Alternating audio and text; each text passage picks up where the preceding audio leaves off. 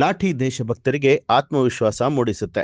ಅದು ನಿಷೇಧಿತ ಅಸ್ತ್ರವಲ್ಲ ಅಂತ ಹೇಳಿ ಹುಬ್ಬಳ್ಳಿಯಲ್ಲಿ ಮಾಜಿ ಸಚಿವರಾದ ಸಿಟಿ ರವಿ ಅವರು ಹೇಳಿದರು.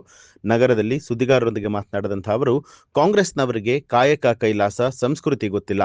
ಅವರಿಗೆ ಮೋಸ, ವಂಚನೆ, ಜಗಳ ಹಚ್ಚೋಕೆ ಗೊತ್ತಿದೆ. ಅರಿವಿಲ್ಲದೆ ಇರೋರಿಗೆ ಅರಿವನ್ನ ಮೂಡಿಸುವಂಥ ಕೆಲಸ ಮಾಡಬಹುದು. ಆದರೆ ಜಾಣ ಕುರುಡರಿಗೆ ಮೂಡಿಸುವಂಥದ್ದು ಕಷ್ಟ. RSS ಶಾಖೆಗೆ ಯಾರು ಬೇಕಾದರೂ ಬರಬಹುದು. ಶಾಖೆಗೆ ಬಂದ್ರೆ ಶಾಖೆ ಏನು ಅಂತ ಅರ್ಥ ಆಗುತ್ತೆ ಅಂತ ಹೇಳಿ ಮಾಜಿ ಸಚಿವ ಸಿಟಿ ರವಿ ಅವರು ಹೇಳಿದ್ದಾರೆ.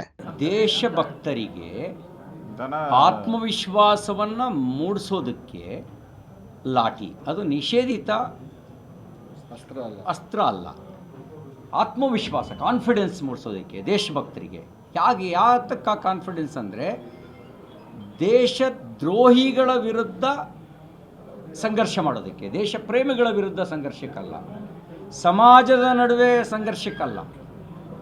ಕಾಲ ಬಂದಾಗ ಸಾಮಾನ್ಯ ಪ್ರಜೆಯೂ ಕೂಡ ದೇಶಕ್ಕೋಸ್ಕರ ಬದುಕಬೇಕು, ದೇಶಕ್ಕೋಸ್ಕರ ಮಡಿಬೇಕು, ದೇಶಕ್ಕೋಸ್ಕರ ಹೋರಾಟ ಮಾಡಬೇಕು. ಅವರಿಗೊಂದು ಆತ್ಮವಿಶ್ವಾಸ ಇರಬೇಕು. ಆ ಆತ್ಮವಿಶ್ವಾಸವನ್ನು ಮೂಡಿಸೋದಕ್ಕೋಸ್ಕರ ಲಾಠಿ. ಇದು ಯಾವುದು ನಿಷೇಧಿತ ಅಲ್ಲ. ಇನ್ನೊಂದು, ಆ ಹಿನ್ನೆಲೆಯಲ್ಲಿ ಅವ್ರು ಹೇಳಿದರೆ ದನ ಕಾಯೋದು ಕೆಟ್ಟ ಕೆಲಸ ಅಲ್ಲ. ನಮ್ಮ ದೇಶದಲ್ಲಿ ಭಗವಾನ್ ಶ್ರೀಕೃಷ್ಣನೇ ದನ ಕಾಯ್ದಿದ್ದಾರೆ. ದನ ಕಾಯೋದು ಕೆಟ್ಟ ಕೆಲಸವಾ?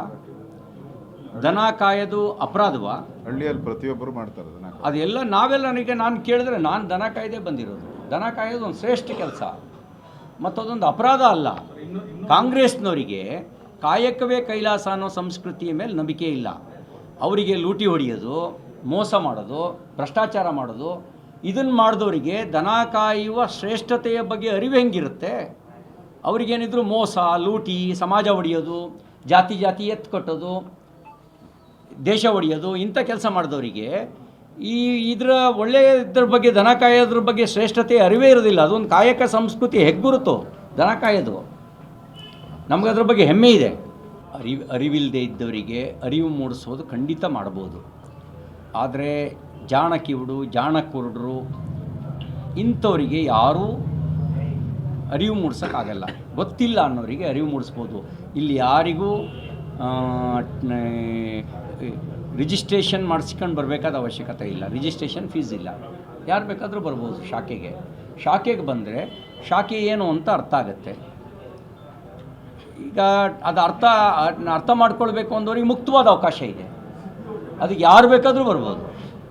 ನಾವೇನು ಹೇಳೋದು? ನ್ಯೂಸ್ ಅಲರ್ಟ್, ನಿಮ್ಮಿಂದ ನಿಮಗಾಗಿ.